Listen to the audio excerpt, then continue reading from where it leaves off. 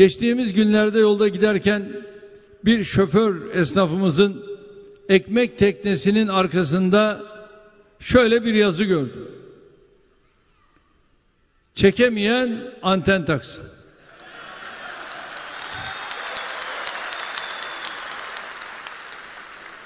Bizim bu muhabbetimizi, sevgimizi çekemeyen de anten taksın mı?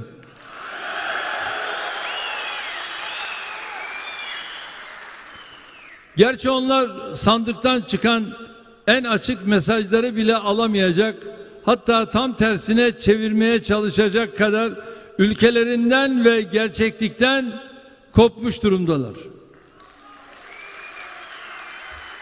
Bunlara anten de fayda etmez. Onun için uzaya İMC uydumuzu gönderdik. Belki oradan alacakları sinyallerin uyanıp hakikatleri görmelerine bir faydası olur. Tabii onların ne yaptığı, hangi kirli pazarlıkların, kavgaların, hangi ayak oyunlarının içinde olduğu bizi ilgilendirmiyor. Biz işimize bakıyoruz. Milletimiz 14 Mayıs'ta sandık başına gidip iradesini beyan etti. Türkiye Büyük Millet Meclisi'nde çoğunluğu 322 milletvekiliyle Cumhur İttifakı'na vererek yasamada nasıl bir tablo istediğini gösterdi.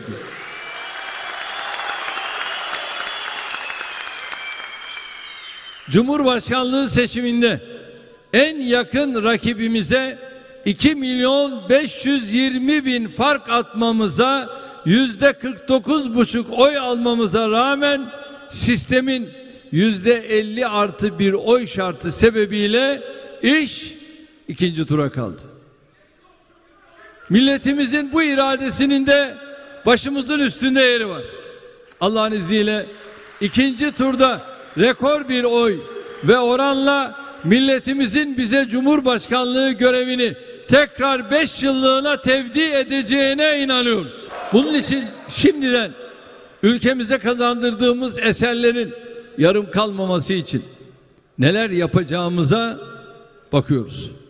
Milletimizin dertlerini, sıkıntılarını, sorunlarını çözecek hizmetleri daha da ileriye taşımak için neler yapacağımıza bakıyoruz. Türkiye'nin gölgesindeki ve bölgesindeki dünyadaki gücünü artırmak için hangi araçları kullanabileceğimize, hangi ilişkileri harekete geçirebileceğimize bakıyoruz. Niye kendimizden bu kadar eminiz biliyor musunuz? Çünkü bizim kimseyle pazarlığımız yok.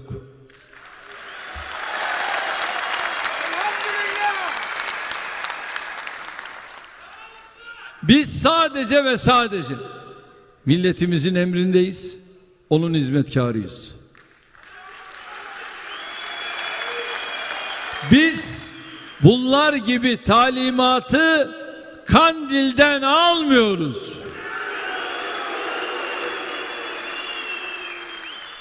Biz karanlık odalarda terör örgütünün uzantılarıyla pazarlığa girmiyoruz. Biz Rabbimize sığınıyoruz ve milletimizden talimat alıyoruz. Şu anda biz sadece ve sadece ülkemize eser kazandırmanın peşindeyiz. Milletimizin her kesiminin sıkıntılarını çözmek, taleplerine cevap vermek, beklentilerini hayata geçirmek için gece gündüz çalışıyoruz. Düşünün, az önce değerli bakanım da ifade etti. Şu Türkiye, merak etme, Türkiye tekerlek kalmaz tümsekte. Güzel. Kardeşlerim, az önce bakanım da söyledi. Şu Avrasya Tüneli olmasaydı halimiz nice olurdu. Öyle mi? Şehitler Köprümüz işimizi kolaylaştırıyor. Fatih Sultan işimizi kolaylaştırıyor. Ama bir de Yavuz Sultan Selim Köprüsü olmasaydı halimiz nice olurdu? Osman Gazi Köprüsü olmasaydı halimiz nice olurdu? Daha ileri gidiyorum. Çanakkale Köprüsü olmasaydı halimiz nice olurdu?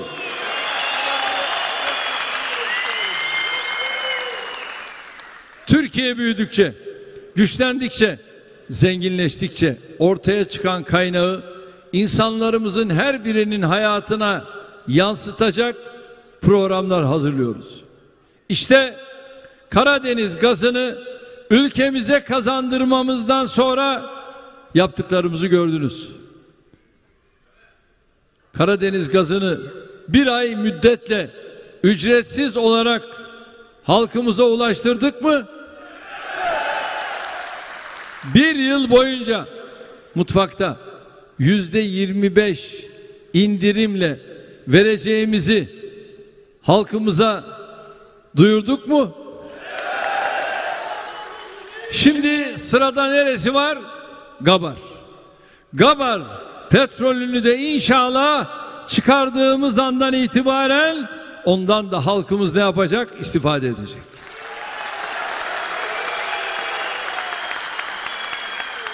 İşte bu Kılıçdaroğlu'nun el ele, kol kola olduğu o teröristler sebebiyle Gabar petrolü yıllarca çıkarılamamıştır.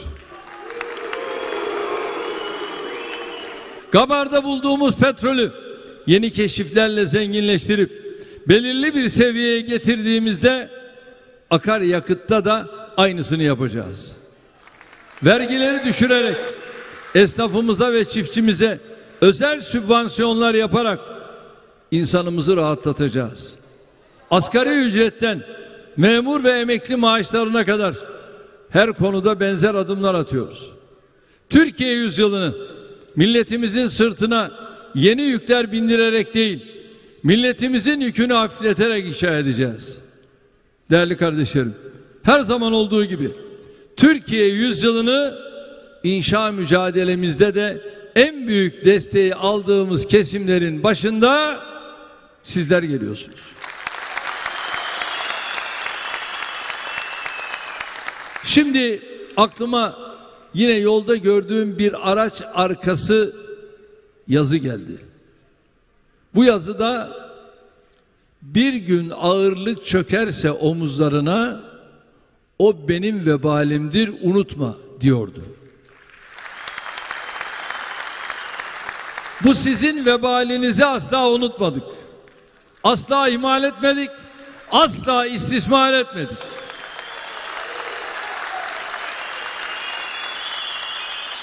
Rızkını direksiyonu başında kazanan şoförlerimizin de tezgahlarının başında ekmek mücadelesi veren diğer tüm esnaflarımızın da yanlarında olduk. Sizlerin bilhassa salgın ve deprem döneminde gösterdiği fevkalade gayretin, sergilediği fedakarlığın şahidiyiz. Ülkemizin kalkınma yürüyüşünün sürmesinde, milletimizin güven ve huzur içinde hayatına devam edebilmesinde sizlerin çok büyük rolü var. Aynı şekilde 21 yıldır ülkemizde kurduğumuz güçlü ulaştırma altyapısını, şehircilik uygulamalarını, tesis ettiğimiz esnaf ve sanatkar dostu ticaret iklimini en iyi sizler biliyorsunuz. Bölünmüş yollardan otobanlara, şehir içindeki köprü ve tünellere kadar yaptığımız yatırımların muhatabı doğrudan sizlersiniz. Ülkemizin araç stokunun önemli bir kısmını yenilerken en çok da ticari araçlara erişimi kolaylaştırmaya ehemmiyet verdik. Bugün de Halkbank vasıtasıyla 1,5 milyon liraya kadar hazine destekli taşıt kredisiyle yanınızda yer alıyoruz.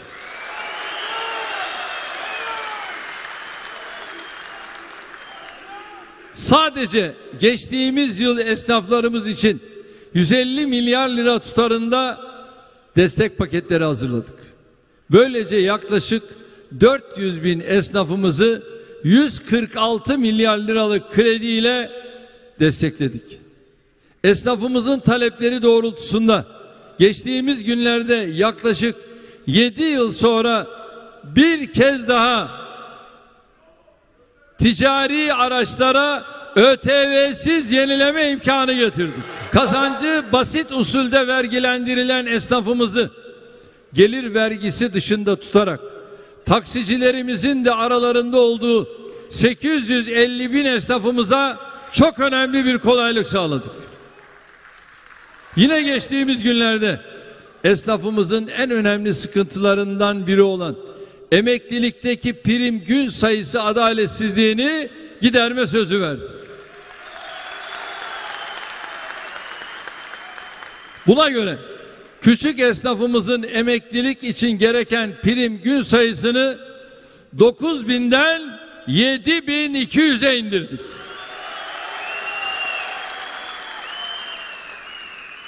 Belediye meclis grubumuz vasıtasıyla İstanbul'daki halk otobüsü işletmecilerimizin tüm taleplerini karşıladık.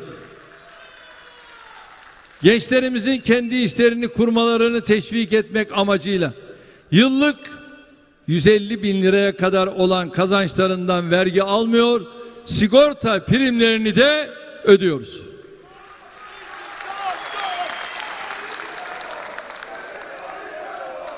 Gördüğünüz gibi biz bazıları gibi sözümüzü havaya söylemiyoruz. Ne dersek onu yapıyoruz. İnşallah önümüzdeki dönemde daha nice güzel haberlerle, müjdelerle sizlerle birlikte olmaya devam edeceğiz. Türkiye yüzyılının inşasında alınan her mesafe sizlerin güvenli, huzurlu, müreffeh yarınlarınız için elde edilmiş yeni bir kazanım olacaktır.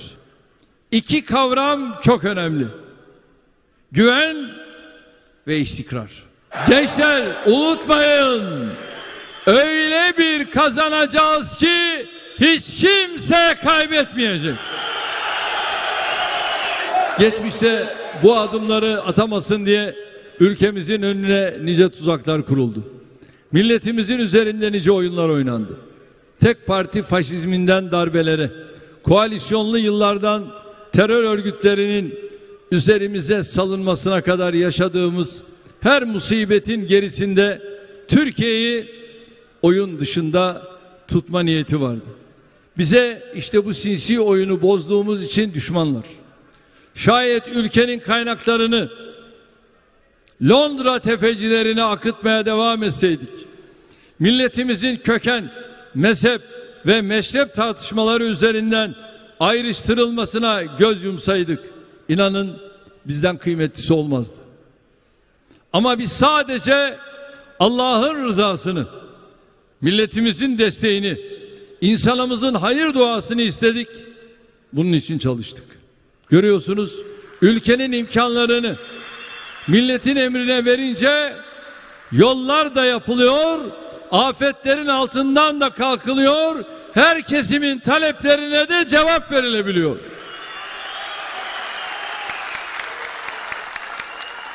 Bu bereketin gerisinde millet için çalışmak, millet için mücadele etmek, millet için alın teri dökmek vardır. Kardeşlerim, eksiklerimiz şüphesiz vardır. Hatasızlık iddiası her şeyden önce bizim inancımıza uymaz. Fakat şundan emin olunuz: Türkiye'nin büyümesi ve güçlenmesi, milletimizin huzuru ve refahı için verdiğimiz mücadele sonuna kadar samimiydi. Vesayetin kirli senaryolarıyla mücadele ederken de samimiydik. Ülkemize asırlık demokrasi ve kalkınma hamlelerini yaşatırken yine samimiydik.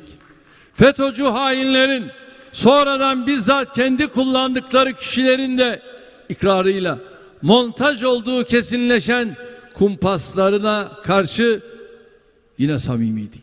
terör örgütlerinin kanlı saldırılarına karşı mücadele ederken bu meseleyi suhuletle bitirmek için çözüm yolları ararken de samimiydik.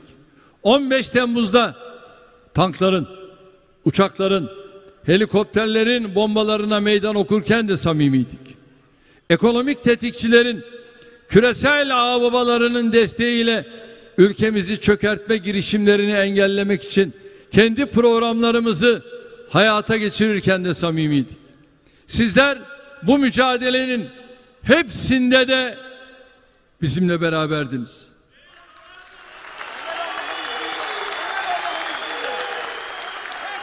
Rabbime beni böyle bir milletin, böyle bir topluluğun mensubu, kardeşi, muhibbi kıldığı için binlerce kez hamd ediyorum.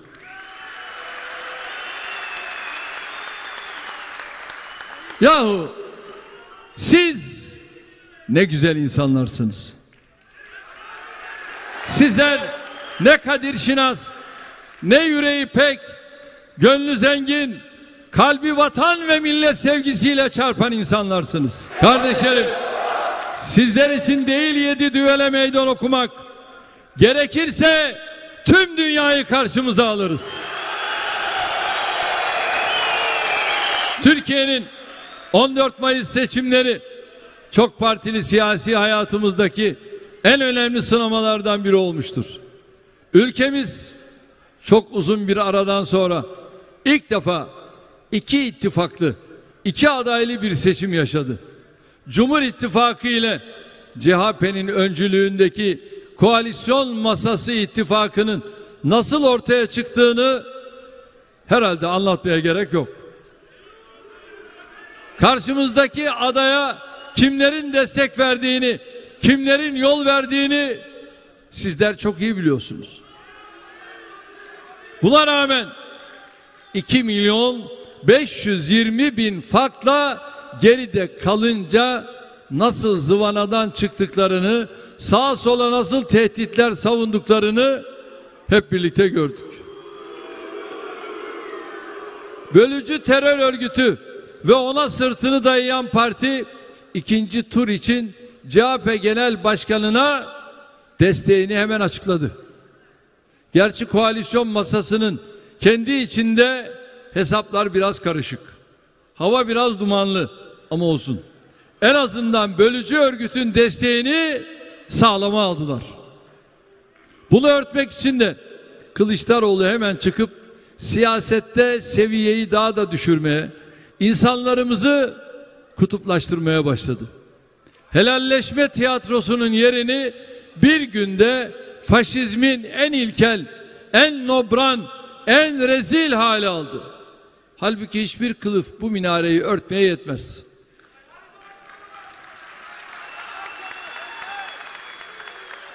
Milletle inatlaşarak, millete hakaret ederek, milleti tehdit ederek siyaset olmaz. Depremzede vatandaşlarıma hakaret ederek siyaset olmaz. Bu cumartesi, pazar ve haftaya salı 6 tane deprem ilini ziyaret edeceğim.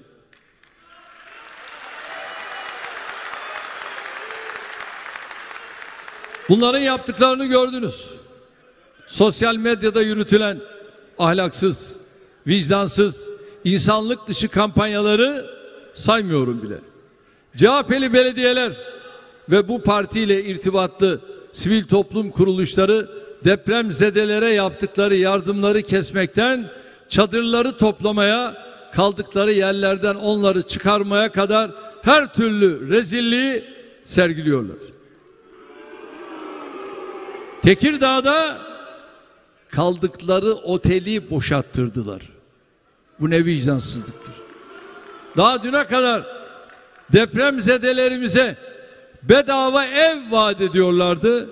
Bugün insanlarımızı kapı dışarı ediyorlar.